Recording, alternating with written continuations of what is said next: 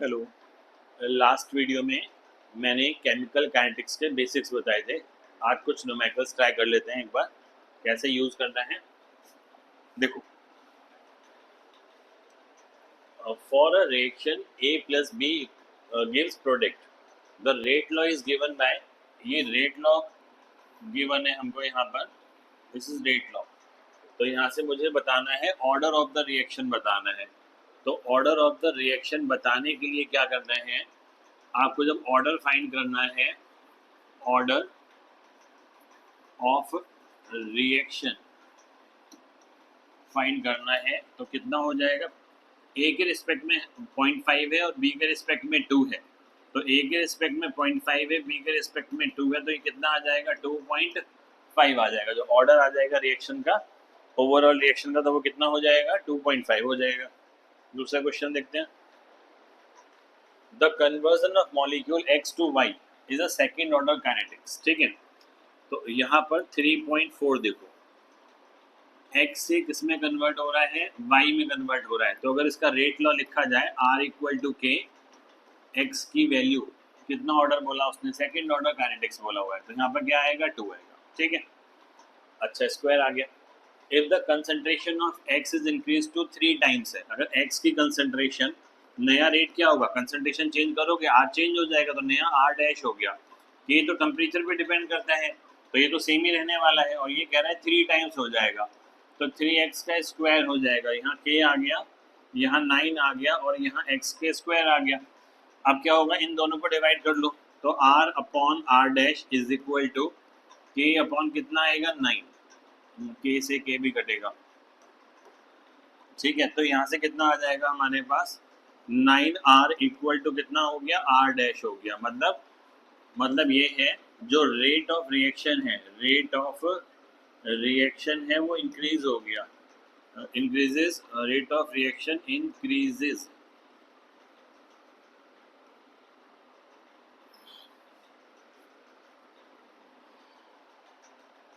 Increases 9 times. ठीक है, ये हो गया। दूसरा है, प्रेशर के क्वेश्चन है, इनको भी करेंगे। दूसरा देखते हैं। Rate of chemical reaction doubles for increase of 10 kelvin in absolute temperature from 298, temperature 298 से है। ठीक है, तो यहाँ पर मैं लिखता हूँ टेम्परेचर कितना है हमारे पास, 298 केल्विन है, तो बढ़ा दो 10, तो ये हो जाएगा 308 हो जाएगा। ठीक है, अब ये कह रहा है rate of reaction becomes double, मतलब अगर K1 हमारा K है, तो K2 हमारा कितना हो जाएगा, 2K हो जाएगा। ठीक है, क्योंकि टेम्परेचर के बढ़ने से रेट कांस्टेंट बढ़ेगा, और लगभग 2 टाइम्स बढ़ जाता है। अब क्या क्या निकालना है, एक्टिवेशन एनर्जी निकालनी है। अगर एक्टिवेशन एनर्जी निकालनी है, तो हमने लास्ट वीडियो में फॉर्मूला पढ़ा था, तो यहाँ पर E A upon activation energy upon 2.303 into R, यहाँ पर T2 माइनस T1, और अपॉन में कितना आएगा, T1 T2 आएगा। तो यहाँ से हमारे पास आएगा लॉग K2 की जगह 2K अपॉन के ई ए, और यहाँ पर 2.303 इंटू आर 8.314, यहाँ पर 308 माइनस 298 अपॉन में आ जाएगा 308 इंटू 298 आ जाएगा। ठीक है, अब ये तो कैंसिल ही हो गया। लॉग 2 का वैल्यू क्या होता है, 0.3010 होता है, into 2.303 into 8.314 into 308 into 298 upon में कितना आएगा, 10। दिस इज इक्वल टू किसके बराबर आ गया, एक्टिवेशन एनर्जी के बराबर आ गया। ये कैलकुलेशन बहुत लेंथी है, अगर बोर्ड के पेपर में क्वेश्चन आता है तो कैलकुलेशन कॉम्प्लिकेटेड हो जाएगी। हम लॉग का यूज करके एग्जैक्ट आंसर निकाल सकते हैं, और लॉग कैसे देखते हैं आपको पता है। ठीक है, अब क्या कह रहे हैं, फ्रैक्शन ऑफ मॉलिक्यूल्स निकालना है। फ्रैक्शन ऑफ मॉलिक्यूल निकालने के लिए हमारे हमने डायरेक्ट फॉर्मूला बनाया था ना, और क्या सीखा था हमने, K equal to Z into F था। और एक था k equal to A into minus E A upon कितना होता है आर टी। तो ये इफेक्टिव कॉलिजन को लेके चल लेते हैं। यहाँ पर कितना फ्रैक्शन इफेक्टिव कॉलिजन करेगा, तो यहाँ पर f equal to minus E A upon कितना आएगा आर टी। इन दोनों साइड लॉग ले लेते हैं। This is equal to minus this upon 2.3।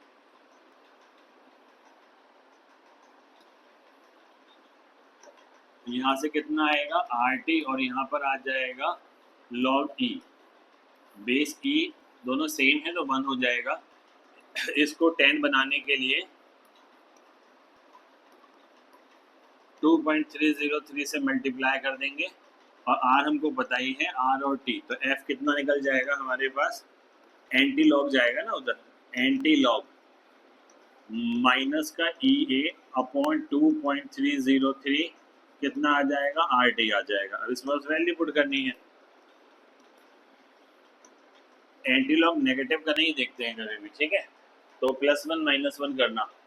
अब यहाँ पर हमें कितना एक्टिवेशन एनर्जी गिवन है, हमें गिवन है माइनस का 209.5 इंटू 1000 कर लो, अपॉन में 2.303, आर का वैल्यू 8.314 और टेम्परेचर है 581 है। ठीक, इसको सॉल्व कर लेंगे। इसको सॉल्व करके क्या आएगा, चलो करके बताता हूँ इसे।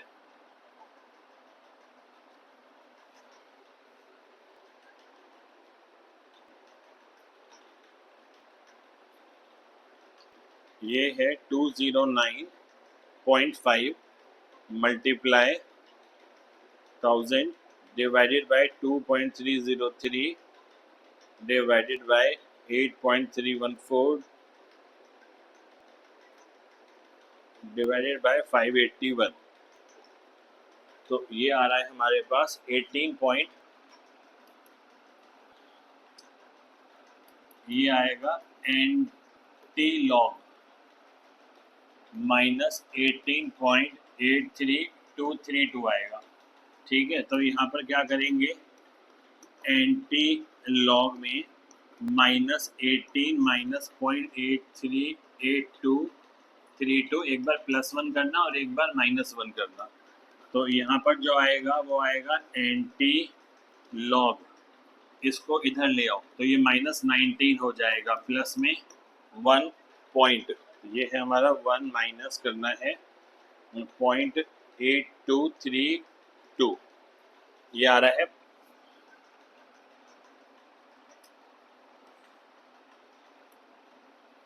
0.1768 आ रहा है। ठीक है, अब एंटी लॉग हम इसका इजीली देख सकते हैं।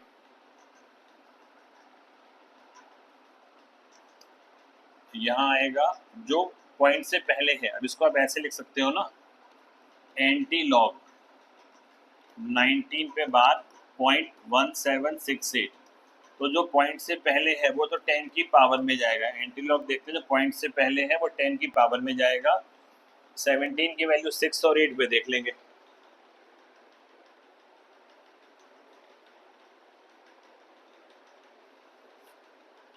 इसके लिए तो फिर लॉग टेबल चाहिए, लॉग टेबल देखते हैं।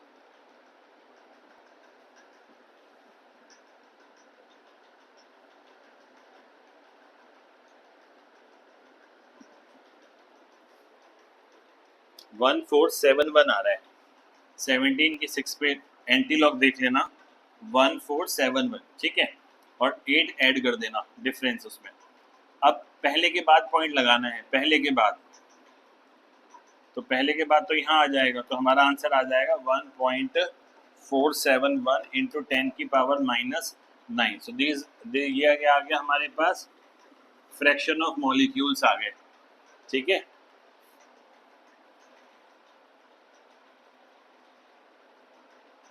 जो इफेक्टिव कॉलिजन कर रहे हैं।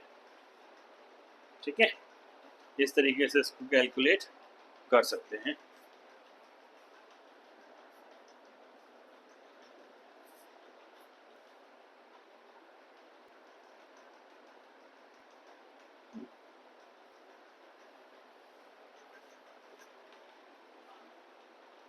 अब ये कह रहा है डिकम्पोजिशन ऑफ एमोनिया।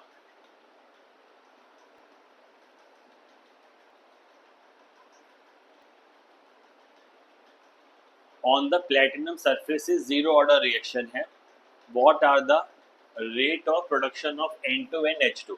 देखो एमोनिया की फॉर्मेशन के लिए हमें N2 चाहिए और 3H2 चाहिए। ये हमको क्या दे देगा, ये हमको दे देगा 2NH3 दे देगा। ठीक है, ये हमको दे देगा 2NH3 एमोनिया। अब वो कह रहा है एमोनिया को तोड़ना है, डिकम्पोजिशन चाहिए। उल्टा करके लिख लेते हैं इसको। यहाँ पर 2NH3 है, ये टूटेगा तो क्या बनेगा N2, और यहाँ क्या बनेगा 3 क्या बनेगा H2। ठीक है, अब ये कह रहा है जीरो ऑर्डर रिएक्शन है, तो अगर मैं आर रेट लॉ लिखूं R इक्वल टू के, और यहाँ पर मैं लिखूंगा NH3 की पावर 0, तो कितना आएगा के आ जाएगा। और मुझे दे रखा है इसने what are the rate of production of this if,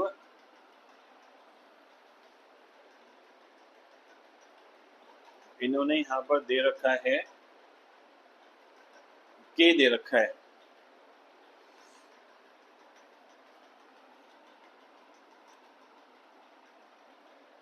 zero order है ना, जीरो ऑर्डर में हाँ यूनिट से पहचान लेंगे, यूनिट से पहचान लो, क्योंकि यहाँ पर इन्होंने मिसिंग कर रखा है। 1 मिनट देख लेते हैं कैसे फाइंड करना है। हम लोगों ने सीखा था मोल पर लीटर पर सेकेंड इक्वल टू के। अगर जीरो ऑर्डर है यहाँ पर एमोनिया को मान के चलते हैं, अगर यहाँ पर ये जीरो ऑर्डर है तो यहाँ हमारा आ जाएगा मोल इनवर्स लीटर इनवर्स, और यहाँ पर क्या आएगा सेकेंड इनवर्स आ जाएगा। मोल इनवर्स मोल पर लीटर होता है ना, मोल पर लीटर, हाँ ठीक है। अरे मोल में इनवर्स नहीं आएगा ना,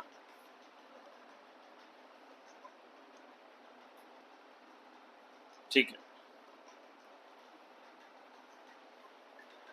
यहाँ रेट कांस्टेंट गिवन है, this is the rate constant.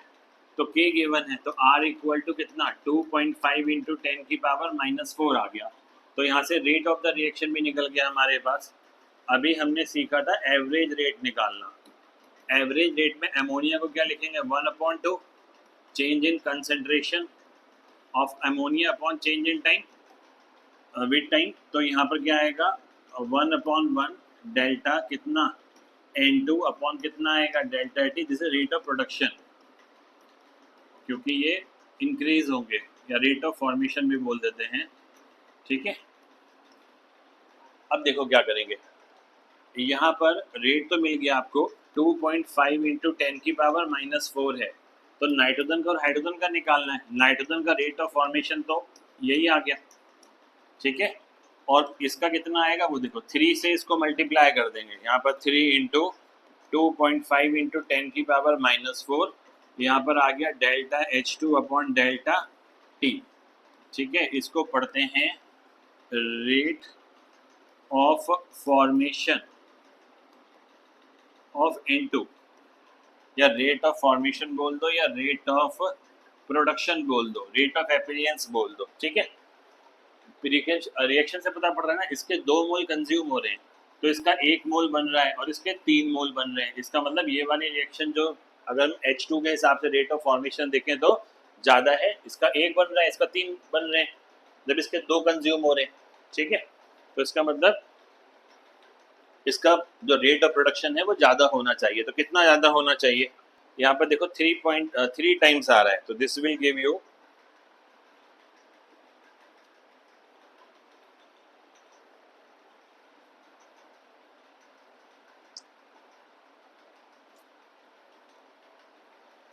कितना आ जाएगा, यहाँ पर ये 7.5 आएगा। 7.5 इंटू 10 की पावर -4। ठीक है,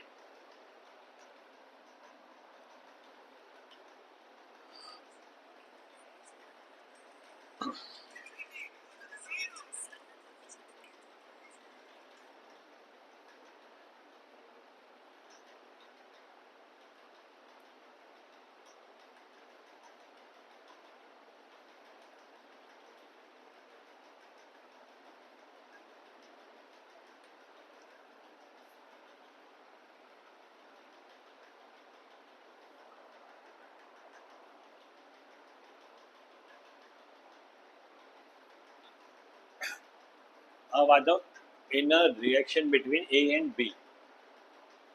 the rate of the reaction was measured for different initial concentration of A and B.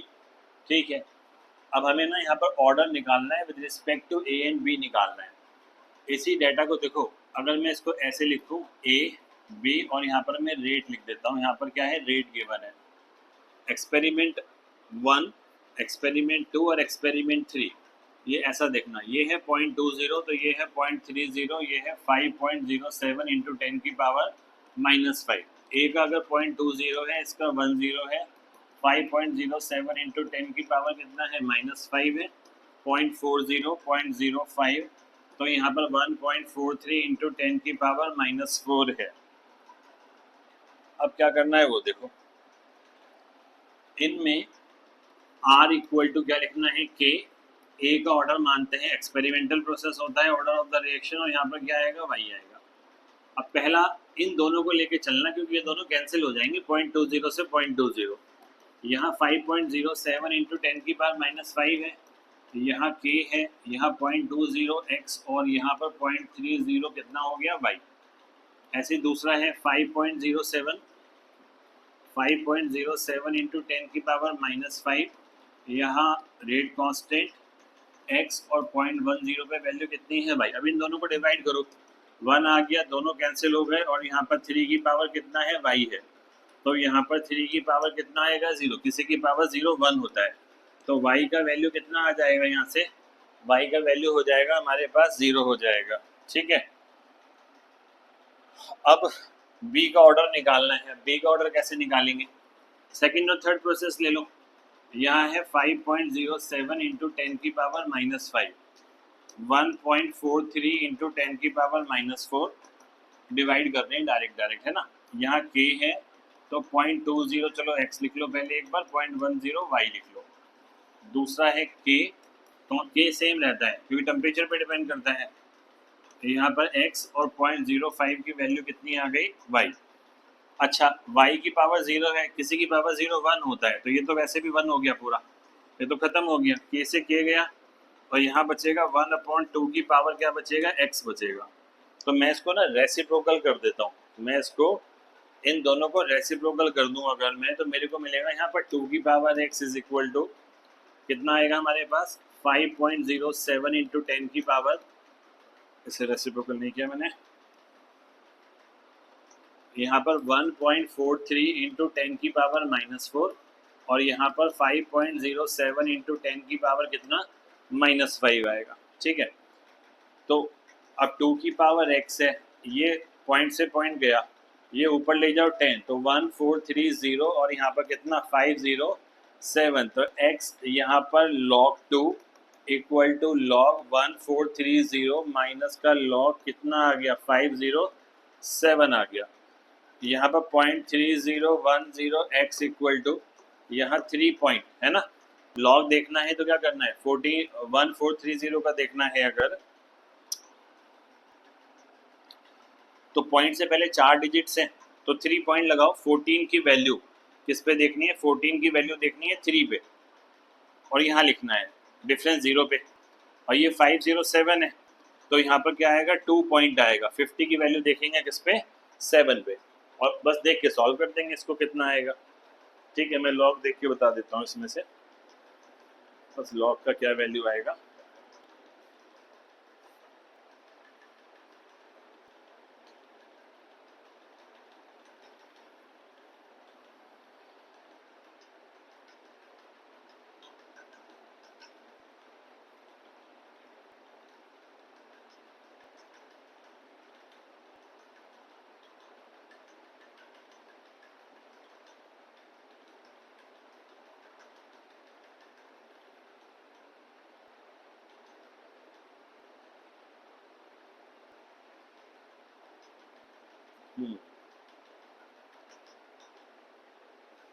ये आ रहा है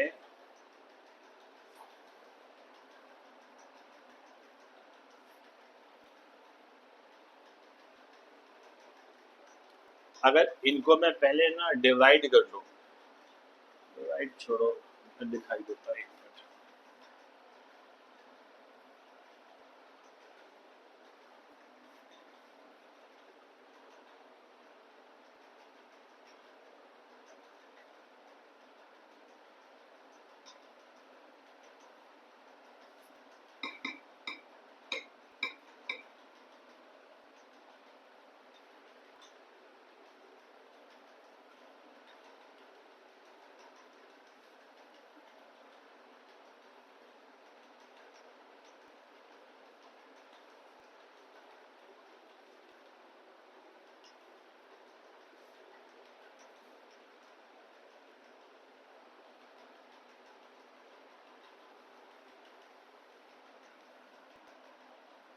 मुझे वैल्यू किसकी चेक करनी है, देखो ज़रा, मुझे 14 की वैल्यू 3 पे देखनी है। 14 की वैल्यू मुझे देखनी है 3 पे। तो ये है हमारे पास 14 और ये है हमारे पास 3, ठीक है। ये तो ये आ जाएगा हमारे पास 1553 आ रहा है, 1553। तो मैं लिखूंगा यहाँ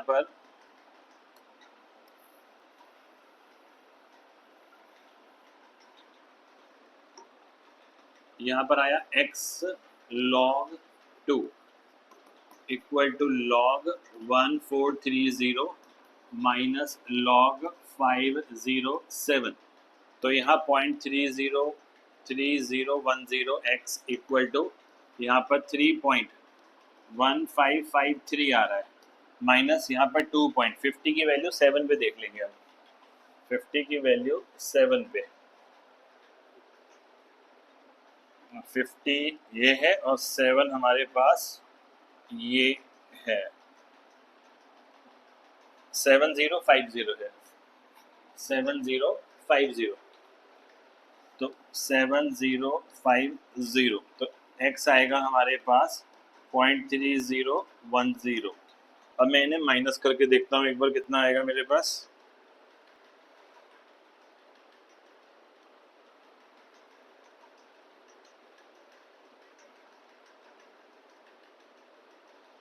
थ्री 3.1553 माइनस 2.7050, ये आ रहा है 0.4503 और इसको 4503 डिवाइडेड बाय करना है 0.3010 से, तो यहाँ 1.49 आ रहा है। हम मान लेते हैं लगभग 1.5 है, ठीक है। तो R इक्वल टू के, ए का ऑर्डर जो आ रहा है वो 1.5 आ रहा है और जो बी है वो हमारे पास 0 ऑर्डर है, ठीक है। तो ए के रिस्पेक्ट में 1.5, बी के रिस्पेक्ट में कितना आ गया हमारे पास, 0 आ गया।